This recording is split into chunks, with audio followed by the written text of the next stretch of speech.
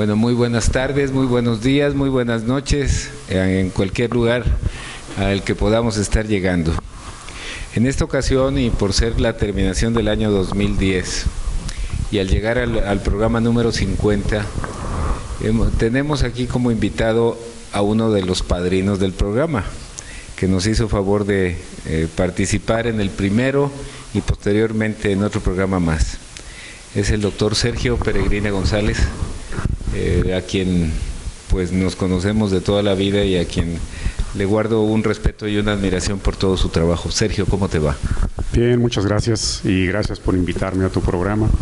Recuerdo bien aquel primer programa cuando estaba en pleno apogeo la neumonía La influenza. De la influenza, perdón, la neumonía. Sí. No causa neumonía, pues, pero de la influenza.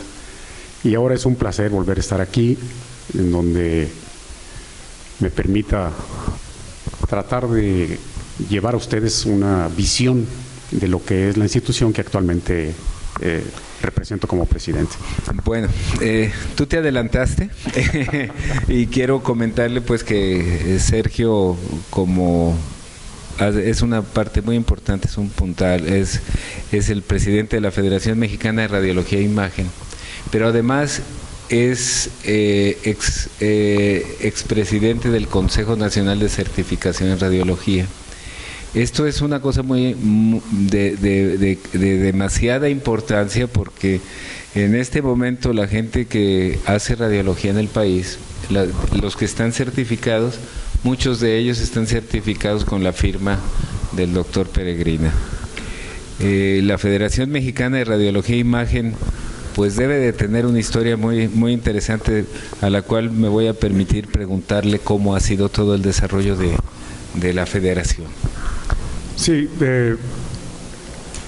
la federación representa la unión de todas las sociedades del país. Las personas se identifican por su actividad y es de forma natural que en una ciudad se empiecen a juntar y hagan colegios o sociedades, aquellos que desarrollan una misma labor. Con los radiólogos, como con todas las otras sociedades, nos reunimos una vez al mes en la Sociedad de Jalisco, donde convive uno con los compañeros que tenemos la misma actividad, que amamos la profesión que tenemos, y aprovechamos no solamente para convivir, sino para intercambiar conocimientos, experiencias. Se presentan casos, algunas veces se presenta una ponencia, pero esa es la razón de ser de una sociedad. En 1970, un doctor que pertenecía a la Sociedad del Noroeste, que conforma varios estados, se le ocurrió la idea de que se formara una federación, que todos los colegios o sociedades del país se unieran para seguir adelante con el proyecto de la enseñanza y la convivencia.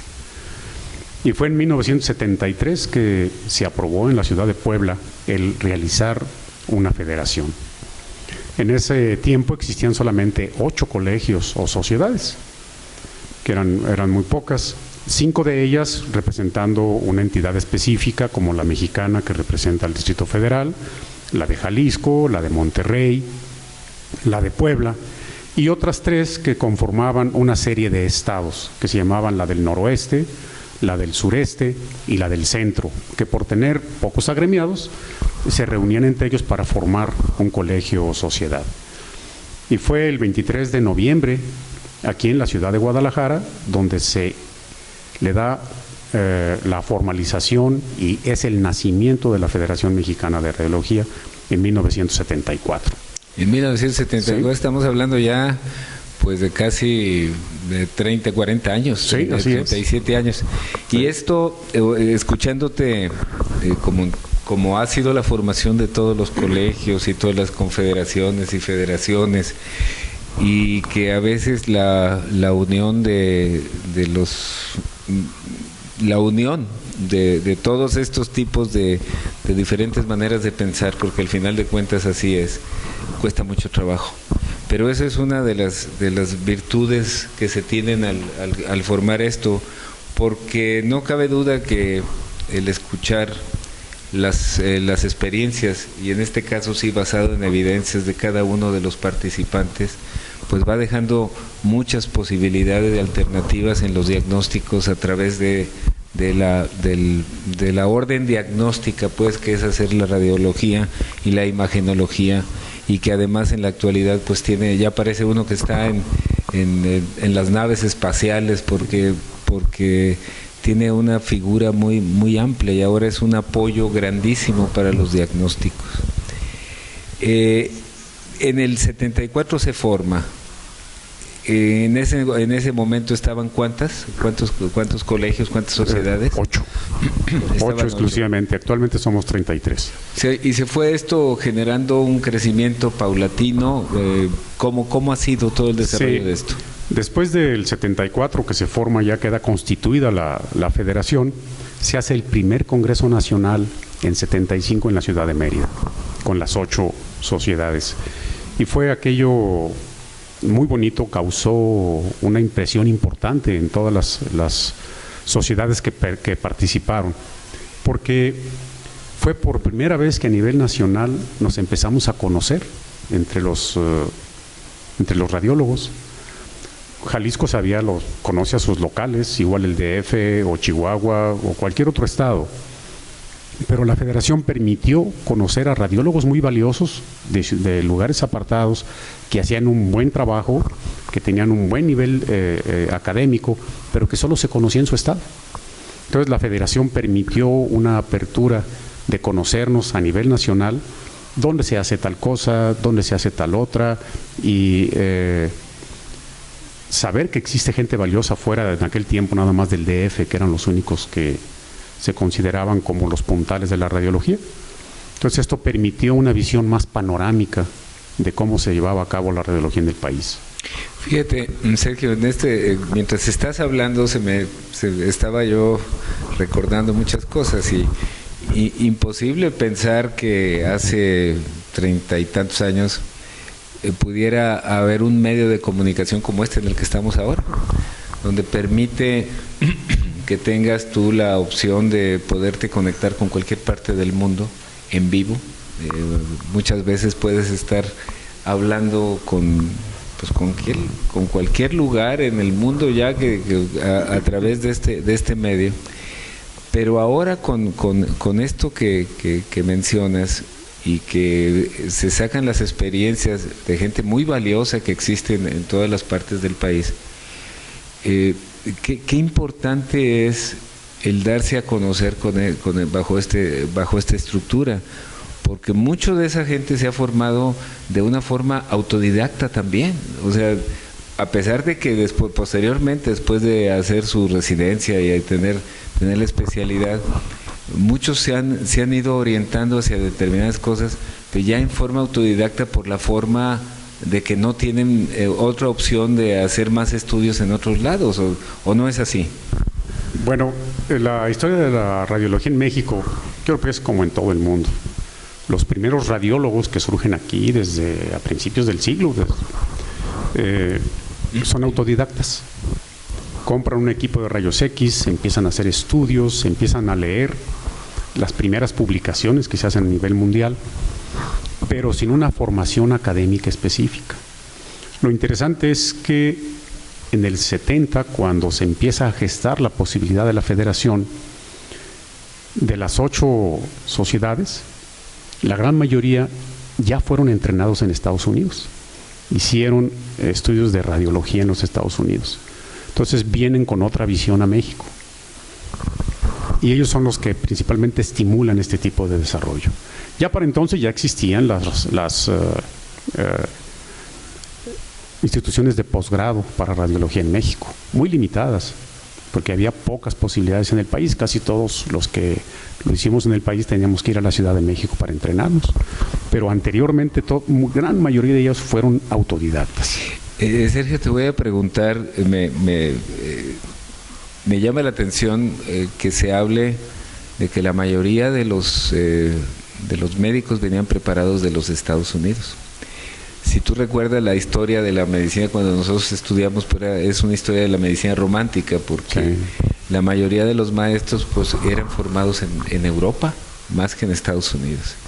Hay mucha diferencia entre la radiología, bueno, seguramente no, porque todo tiene un panorama muy general, pero la formación de la radiología europea contra la que se hace en América? Sí, en el siglo, todavía el siglo XX, a sus inicios, el fuerte de la radiología era Francia. Y Francia fue el puntal, inclusive... Y Alemania también, ¿no? Pero más Francia. Francia fue quien más destacó en la medicina desde el siglo XVII. Ellos fueron puntales en investigación, en muchas cosas, en formar las residencias. Inclusive le debemos a los franceses que nos digan doctor, cuando realmente somos licenciados en medicina. Somos médicos, pero somos licenciados en medicina. Pero en aquel tiempo los franceses consideraban que la única licenciatura que salía con nivel de doctorado era el médico. Entonces de ahí viene que nos digan doctores, cuando en realidad pues no todos lo somos, ¿verdad? Somos licenciados en medicina.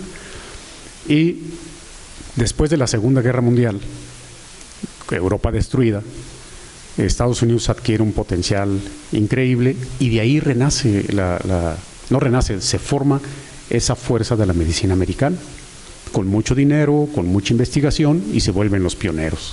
Entonces dominó la radiología mundial Estados Unidos, yo creo que hasta los 80s. ¿En qué momento empieza a haber un cambio tecnológico importante en la radiología?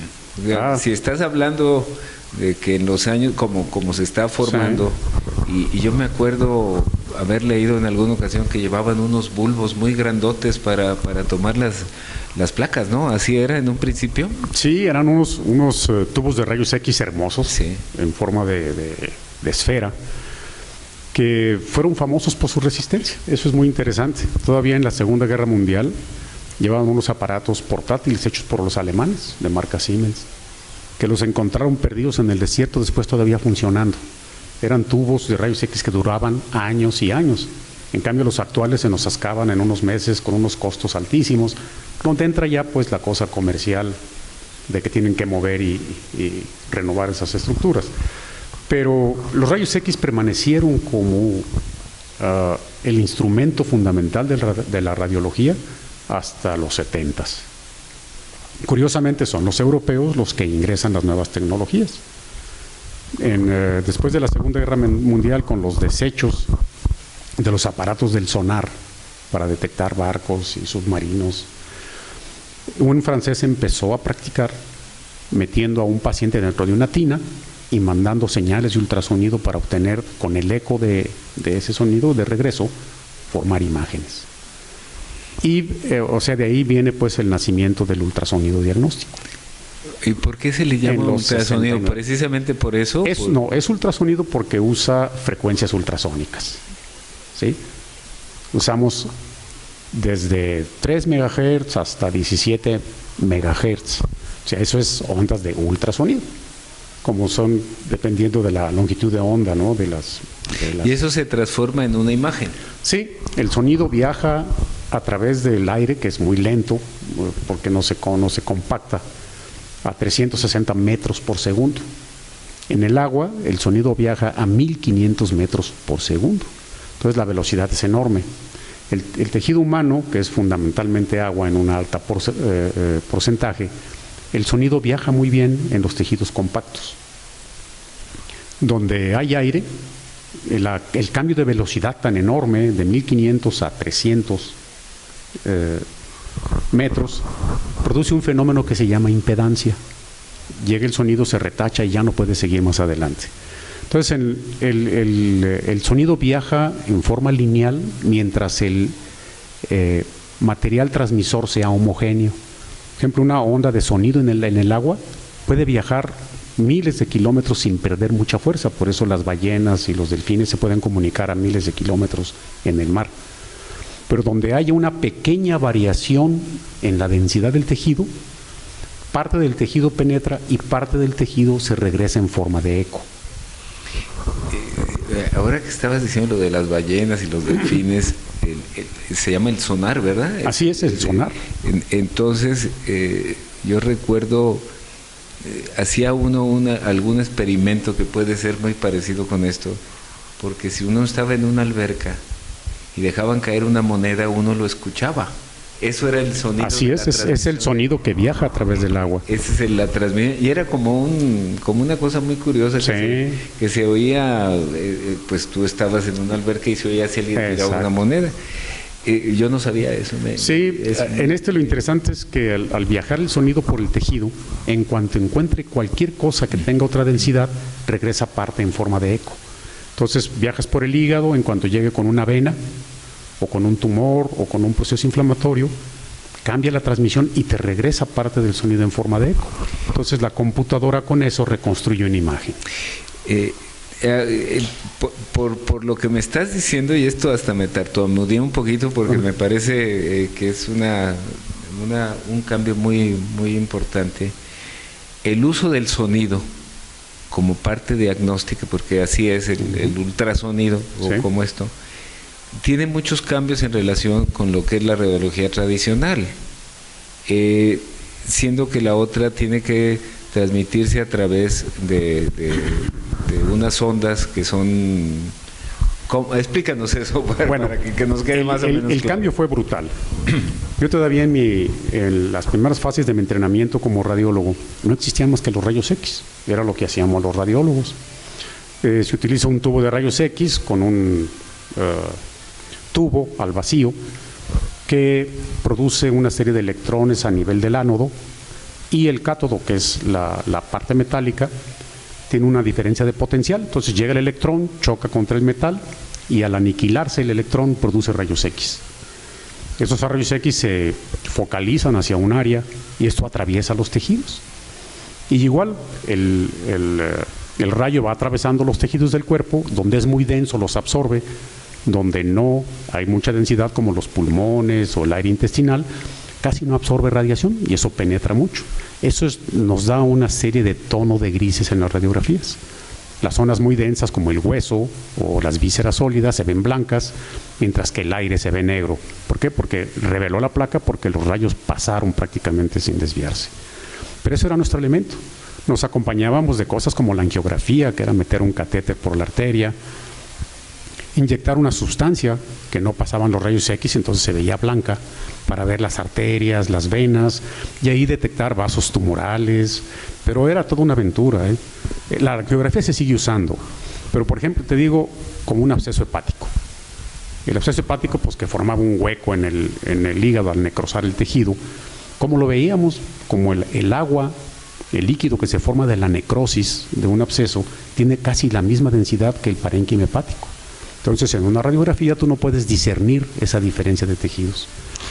Se hablaba mucho, por lo que tú estás diciendo, que hablaba mucho de la imaginación del radiólogo frente a la imagen, porque pues tú te pones una imagen de unos rayos X, de una placa, y que no tienes experiencia, pues tú puedes ver pues que están los pulmones, algunos con colores, como tú dices, de diferencia de grises, pero como que aparentaba que había un poco de esa manera fantasiosa de interpretar esos colores grises de parte del radiólogo para llegar a tener un diagnóstico, una orientación diagnóstica, a diferencia de lo que en la actualidad ya se hace, porque tú me has enseñado que cómo puedes ir a través de determinadas cosas por el organismo humano y puedes meterte hasta lo más profundo. Una navegación virtual. Sí, así es. Sí. ¿Cuándo se dio todo ese cambio? Ok. Bueno, nosotros, como te digo, estábamos acostumbrados a ese tipo de radiología. Me acuerdo, para ver un absceso hepático inyectábamos cantidades enormes de contraste, esa sustancia que se inyecta en la vena y que es opaca. Entonces, al pasar por el hígado, el tejido captaba eso, y donde no había tejido en la zona de necrosis se veía una zona más negra, pero con un riesgo terrible porque las dosis de contraste eran altas y un contraste que en aquel tiempo era tóxico. Para el inicio de los 70 se empiezan a comercializar ya los primeros equipos de ultrasonido, y eso fue un cambio terrible. Teníamos la herramienta de la medicina nuclear, que en la medicina nuclear se metía un radioisótopo por la vena que captaba el hepatocito o las células de Kupfer, y donde había necrosis no captaba, entonces veías el agujero, pero había que meter un material radioactivo a la sangre.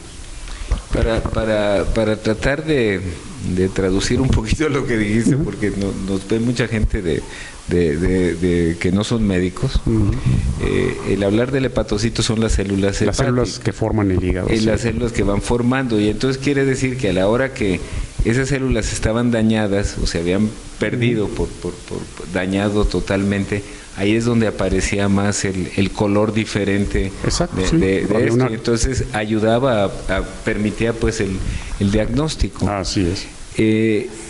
En aquel tiempo, cuando tú hablas de los abscesos hepáticos, ya que pusiste el ejemplo, los abscesos hepáticos generalmente amibianos, me supongo, ¿verdad? Ese es que fue una enfermedad que nos perjudicó mucho, y creo que en el momento se ha ido disminuyendo, afortunadamente. Eso es lo que yo creo desde el punto de vista epidemiológico.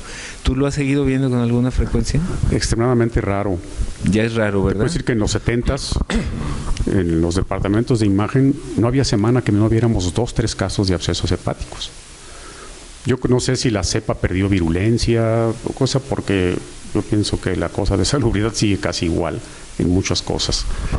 Pero actualmente el ver un absceso hepático amibiano es extraordinario, 1 o 2 al año, cuando mucho. Al menos en mi práctica, ¿verdad? Y antes eran 3, 4 por semana. No, pues esa es una diferencia muy notoria, sobre todo haciendo un símil con las enfermedades exantemáticas en los niños. Ver, por ejemplo, un sarampión, pues nosotros lo veíamos con muchísima frecuencia, y en la actualidad pues difícilmente un médico pediatra recién egresado va a poder lograr tener la idea de lo que era el cuadro clínico de un sarampión como tal. Pues sí lo tienes en fotografías, pero ya verlo in situ, por decirlo de alguna forma, es un poquito diferente. Pero entonces hablabas de esos 70s, de los años 70s, donde se hacía todo este tipo de procesos, que empieza la utilización del ultrasonido. Y luego viene un crecimiento bárbaro. Terrible, enorme la tecnología donde se empieza a destapar. Los primeros ultrasonidos eran como un pantógrafo que había que mover un brazo enorme, pero era una emoción increíble poder ver a través de la piel la configuración del hígado, cómo está un tumor, hasta dónde se expande, poder ver el páncreas a través del abdomen, cosas que pues antes jamás nos imaginábamos que pudiera hacer. O antes te imaginabas que pudiera hacer. Sí, lo veíamos colateralmente, porque llenábamos el estómago de bario, y el duodeno que rodea la cabeza del páncreas se modificaba con un tumor o con un proceso inflamatorio. O sea, era una información secundaria de lo que pasaba alrededor del páncreas. El bario, que es un medio de contraste, sí, normalmente hace que se ponga blanca la parte que es la parte que estás dibujando. Pues, sí, es un elemento muy pesado que no permite el paso de los rayos X. Entonces ve uno la estructura blanca del bario, y esto dibuja los contornos, la morfología de la mucosa, da una información muy rica todavía. Sí, yo recuerdo ahora que estás mencionando esto, cómo se ayudaba uno de ese estudio para ver lo de la estenosis hipertrófica del píloro en los niños. Sí. O sea, era pues se veía pues cómo se hacía delgadito toda esa parte, y eso era a través de eso, pero con mucho cuidado, porque lo iban a vomitar. Tenías que estarlo vigilando muy muy concienzudamente, y haciendo un diferencial de aquellos exámenes en la actualidad para hacer una detección de un cuadro parecido como es esto. Lo vemos con ultrasonido. El ultrasonido es excelente para la hipertrofia congénita del píloro, porque vemos la longitud y el espesor del píloro. Y en un niño que no lo tiene, inclusive vemos en forma directa cómo ese píloro se dilata y se abre, permitiendo el paso del líquido. Y en la estenosis pues permanece cerrado, y como te digo, mide uno la longitud y el espesor del píloro como confirmatorio de esta enfermedad. ¿Cómo la tecnología apoya mucho todos los aspectos científicos? Si nada más con este examen, con esta enfermedad que era muy frecuente anteriormente, yo no sé qué tan frecuente siga siendo en la actualidad la estenosis pilórica en los niños. Lo seguimos viendo, sí. Lo sigues viendo con mucha frecuencia. Sí. Cómo el cambio a través de ya no usar un elemento que pudiera ser tóxico, que pudiera causar... Y sin radiación. Sí. Sergio, nos vamos a ir un momentito, vamos a estar fuera del aire 5 minutos porque vamos a dar un recorrido por aquí por Prevenir y enseguida volvemos. Perfecto.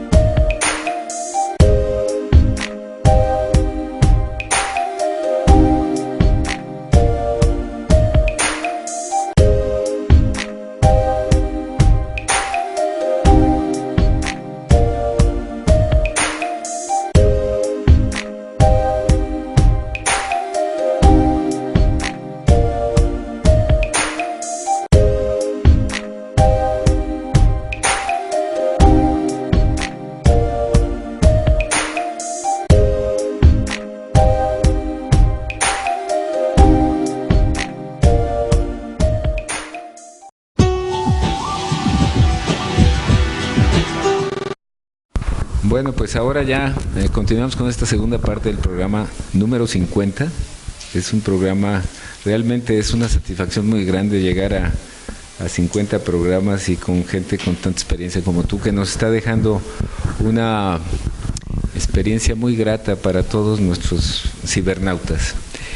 Sergio, estábamos hablando de la historia de la radiología, de toda la formación, donde el último destape, el planteamiento, digamos, de una forma casi desesperada de formación de nuevos equipos y seguramente también de inversiones muy grandes que se tienen que hacer para tener un consultorio de imagen como el que tú tienes, y que tienes además que estarlos cambiando con mucha frecuencia, porque están saliendo nuevos aparatos cada vez y cada vez y cada vez.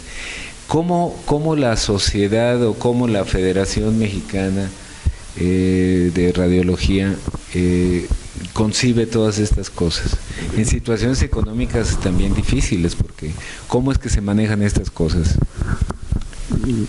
Caray, la pregunta es un poquito compleja, porque sí, a partir de que aparecen el ultrasonido, posteriormente la tomografía axial computada, después la resonancia magnética y ahora ya la tomografía con emisión de positrones, todo eso ya vamos en la imagenología a nivel molecular, es lo que estamos trabajando últimamente con elementos radioactivos. Los equipos son extremadamente caros. Hay en el mercado equipos reciclados, usados, pero un equipo nuevo, un ultrasonido con los elementos adecuados para una exploración, limitadón anda mínimo $150,000. ¿Y cuánto es el tiempo de uso de un aparato como ese? Es variable, pero 5 años, 6 años. Sí. Pero la tomografía computada, estamos hablando de $800,000, $1 millón. La resonancia magnética, pues las hay desde $800,000 hasta $3 millones. En fin, es una tecnología muy cara. Pero fíjate, aquí hay una cosa que me parece también fundamental. Los aparatos son muy caros, muy costosos, pero obviamente si en un momento dado eso te ayuda, por ejemplo, a determinar si es un cuadro de una apendicitis, por decir una cosa, eso te puede ayudar a salvar una vida. Entonces eso no tiene ningún valor real, tangible, sino que es una cosa así. Pero además los tienes que cambiar con cierta frecuencia. Pero además yo siento que lo más importante aquí es que quien maneja sus aparatos debe de tener un conocimiento muy claro para eso. Porque pues puedes tener mucho dinero para comprarlo, sí. Eso se ha vuelto en parte en contra del radiólogo, porque pues la realidad somos profesionistas, no somos ni grandes administradores ni negociantes. Y en muchos lados ha resultado que resultan inversionistas que compran los equipos y tienen a los radiólogos a sueldo, beneficiándose del conocimiento de ellos. Y realmente quien más gana dinero pues es el inversionista. ¿Por qué? Por las grandes demandas económicas que esto requiere. Y los que nos animamos a comprarlo y aparte hacerlo producir, es muy pesado, porque los estudios se han vuelto costosos. ¿Los materiales? El estudio, porque tienes que pagar un equipo, compras una resonancia magnética y te comprometes a pagarla 5 años, y tienes que pagar $1 millón del equipo, más los intereses, más el mantenimiento que te cobran mensual, porque el ingeniero esté ahí a ver si le pasa algo. Eso, nomás te voy a cobrar $100,000 al año para que el ingeniero esté al pendiente.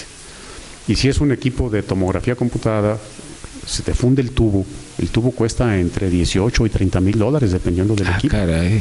Y cada vez que se te funde uno, pues hay que reponerlo. Entonces el costo operativo, no solamente el de inversión, el costo operativo es muy alto. Te voy a preguntar algo que viene a esto, y ahora también quiero que nos comentes de la federación, porque nos estamos dejando, de lado. Espacio. Pero, por ejemplo, todos estos cortes y todo ese tipo de cosas de la energía eléctrica, ¿impacta mucho todo eso? Nos afecta terrible. En el área donde yo estoy, hay veces que se va la luz 3 veces al día, con todos tus equipos prendidos, sin ningún anuncio. Si vas y reclamas a la comisión, te dicen que no es cierto, que no ha habido ninguna falla. Imagínate tú, todos tus equipos prendidos, con las computadoras jalando, y de pronto te lo desconectan. Y si te va una tarjeta que te cuesta $10,000. Eso es, me acuerdas de eso porque es. ¿Y no tienes forma de tener una Tendría que tener una subestación que es muy cara mantenerla para ese tipo de equipo? Sí, pero seguramente ese va a ser una solución a un futuro. Sí. Pues ahora, esto nos va a quedar mucho por conocer. Creo que es muy interesante todo lo que estás comentando, y seguramente mucho de lo que has hablado, mucho de lo que nos has enseñado, mucha gente no lo conocía, empezando por mí. Ahora cuéntame de la Federación Mexicana de Radiología e Imagen. Después del 75, que es el primer Congreso Nacional en Mérida, se empiezan a organizar un Congreso Nacional cada 2 años, donde empiezan a concluir, y se organiza un curso nacional en la Ciudad de México en el mes de febrero, donde pues casi todos íbamos a ir, porque se invitaban profesores extranjeros, iban los mejores profesores nacionales, y era una reunión excelente. Esas reuniones fueron muy enriquecedoras y sobre todo unió mucho a la familia radiológica del país. ¿En qué año fue eso? ¿En qué año empezó? En 75, en la ciudad de Mérida. 75. Y en la actualidad pues, es lo que lleva. Nuestra labor como directivos ha sido pues, invitar a las diferentes sociedades, hacer que cada vez se unan más hacia la federación para hacer un núcleo más fuerte. Y actualmente nuestra labor ya no solo de unión, sino ha sido de promover la enseñanza a nivel nacional. Organizamos cursos casi en todas las sociedades del país. Tenemos cursos fundamentales, nacionales, pero tenemos cursos que llamamos rutas. Está la ruta de Villa, que engloba los estados del norte, la ruta del Sol y la ruta Maya, donde se juntan todos los estados y se organizan cursos. Y la federación los apoya económicamente o enviando profesores. Esa es nuestra labor de fortalecer la enseñanza y sobre todo hacer consciente de lo que es la figura actual del radiólogo. Cuando yo recién terminé la especialidad, había que luchar por un respeto, porque creían que eras un cuate que se dedicaba a tomar placas. No entendían que en una placa del abdomen o en una placa de tórax podías interpretar muchas cosas, el flujo arterial pulmonar, si había dificultades de retorno venoso, cómo se manifiesta no solamente el espacio aéreo donde están los alvéolos, sino las pequeñas paredes que las delimitan donde hay mucha enfermedad. Tenías que conocerlo. Pero actualmente con la tomografía, con la resonancia, con toda esta serie de ayudas tecnológicas, nos metemos tanto en la fisiopatología de las enfermedades, que te digo que actualmente el radiólogo que no sepa obviamente anatomía, que es lo básico, sino la fisiología, la fisiopatología y la clínica. Un radiólogo que no domine la clínica ni la fisiopatología no puede ser radiólogo actualmente.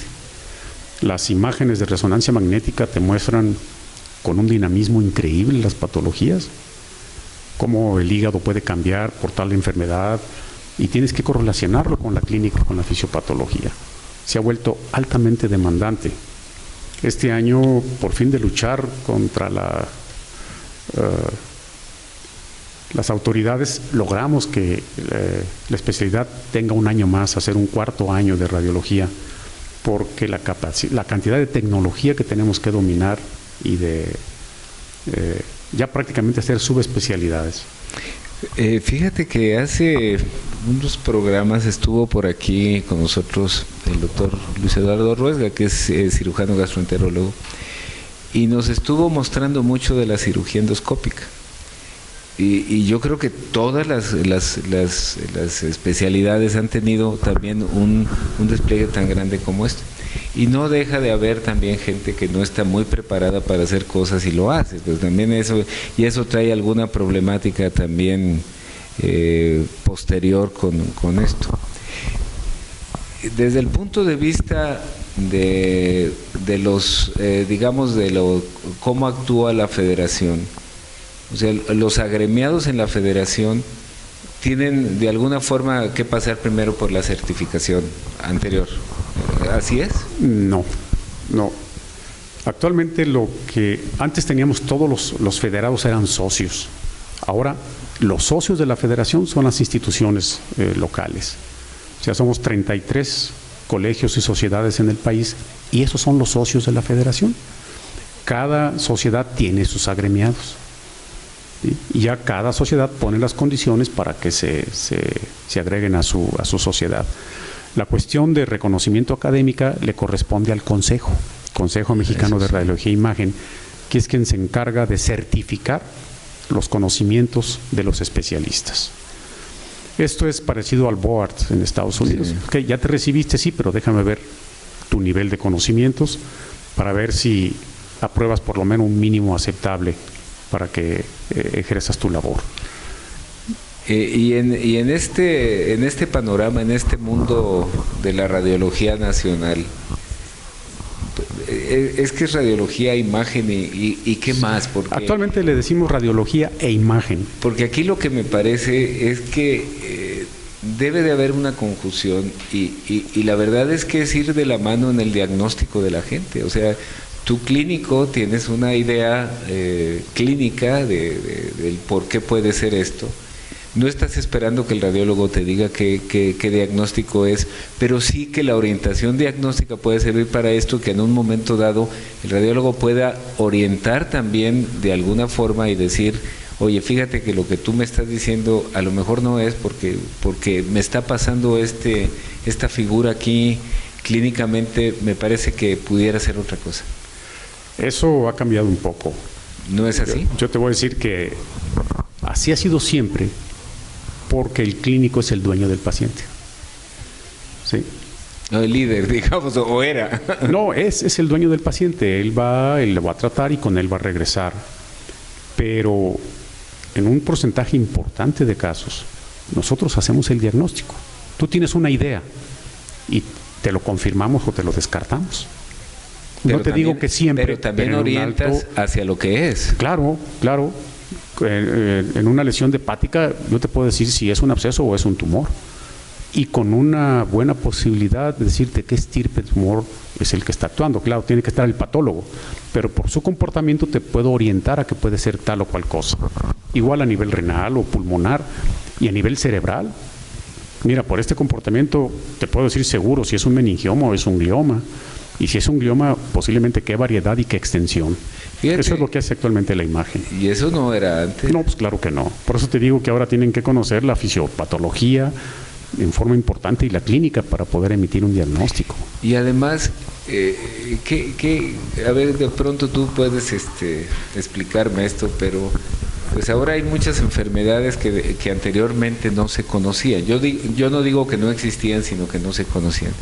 Pero seguramente los cambios climáticos, los cambios ambientales, todo ese tipo de cosas han generado que se cambien algunas perspectivas de diagnósticos y las enfermedades sean cambiadas de alguna forma. En esto también la radiología tiene que tener una importancia puntual. Déjame ponerte un ejemplo, la esclerosis múltiple. Cuando éramos estudiantes, nunca vimos una esclerosis múltiple porque era de los nórdicos, de gente de piel clara y de ojos claros. Ahí es donde se daba la esclerosis múltiple. Con la resonancia magnética empiezan a aparecer las lesiones cerebrales de desmielinización y anda que hasta los prietos estamos plagados de esclerosis múltiple. Y tuvo que haber aquí muchos casos de esclerosis múltiple que nunca se diagnosticaron porque estaba etiquetado que correspondía a otro tipo étnico la enfermedad. Eso fue un cambio muy importante y no es que se dio más, sino que ahí estaban y no se diagnosticaban. Sí, yo creo que eso es por una globalización, o sea, sí, entendiendo la globalización epidemiológica como un mundo de enfermedades y un mundo de diagnósticos, al final de cuentas es eso. Y sí viene a traer una complicación porque tú tienes una idea o ves con evidencias mayores enfermedades que son repetitivas en tu ambiente, en tu sociedad, la gente que recurre a ti. Pero cuando viene algún caso que aparentemente es diferente, pero es diferente porque no lo ves con frecuencia, pero no lo ves con frecuencia porque no se había hecho el diagnóstico frecuente de ese tipo de cosas. Y entonces está sucediendo ya una apertura mayor y que también complica un poquito la situación diagnóstica. Y está pasando lo mismo, me parece, que con los exámenes de laboratorio, más o menos una cosa como similar en ese aspecto. Y sin tanto costo también, sí. Y también tiene que tener alguna cosa así. Sí. ¿Y qué nos podrías enviar de mensaje a los médicos, a la sociedad en general, en relación con los exámenes de radiología, tomando en cuenta lo que es la Federación Mexicana de Radiología, que me parece que es muy importante? Como de interés del público, yo les diría que es importante que ustedes sepan que sus radiólogos que los van a examinar estén por lo menos certificados. Desgraciadamente todavía en nuestro país la especialidad es muy heterogénea. Cada institución dice, este es mi programa de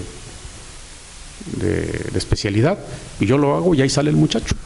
Entonces no hay una manera de estandarizar un poco el mínimo de conocimientos que debe tener un especialista en radiología e imagen, que es la labor que está haciendo el Consejo.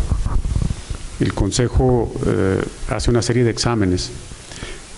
A mí me tocó ser presidente en el 92 al 95, y en esa época no nos permiten entrar a las especialidades para recomendar que esa área debe ser más fuerte en esta o apoyar otras áreas.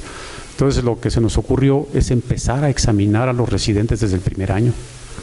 Un residente de radiología tiene que pasar ciencias básicas el primer año, el segundo año una parte más avanzada y el tercer año ya una forma global.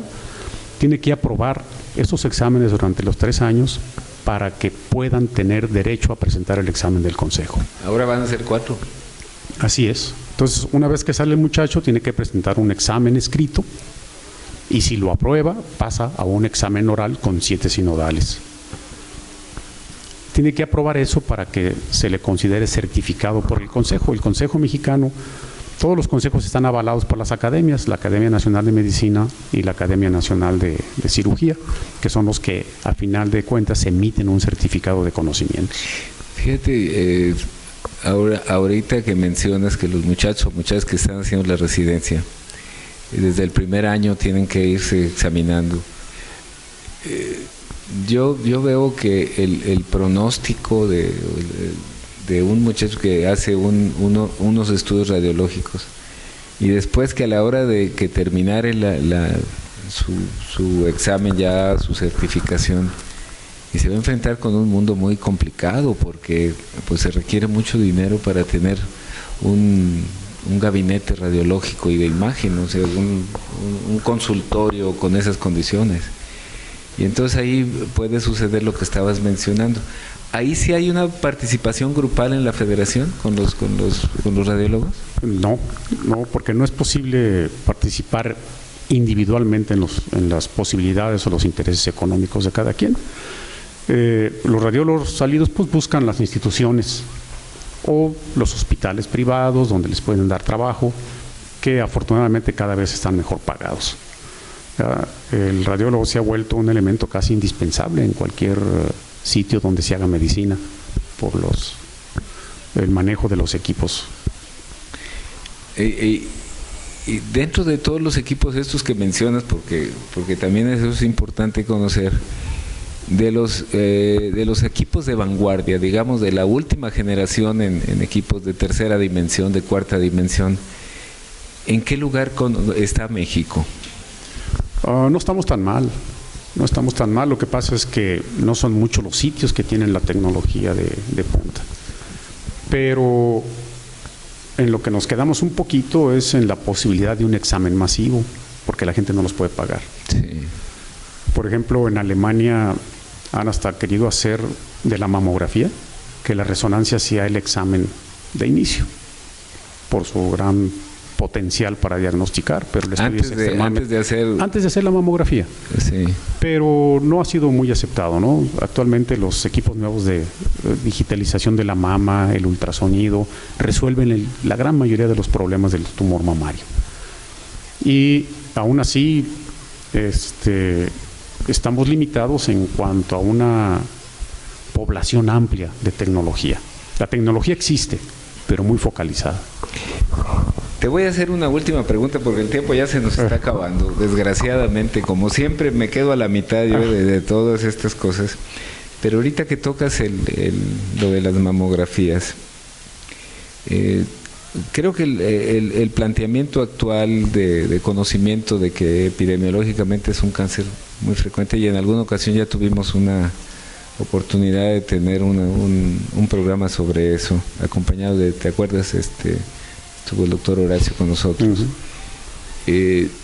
¿Cómo se encuentra esa posición en el país y qué impacto tiene el que el radiólogo pueda determinar, orientar a que el diagnóstico sea temprano? Eso es bien interesante, ¿no? Porque actualmente el carcinoma de mama es el número 1 en frecuencia.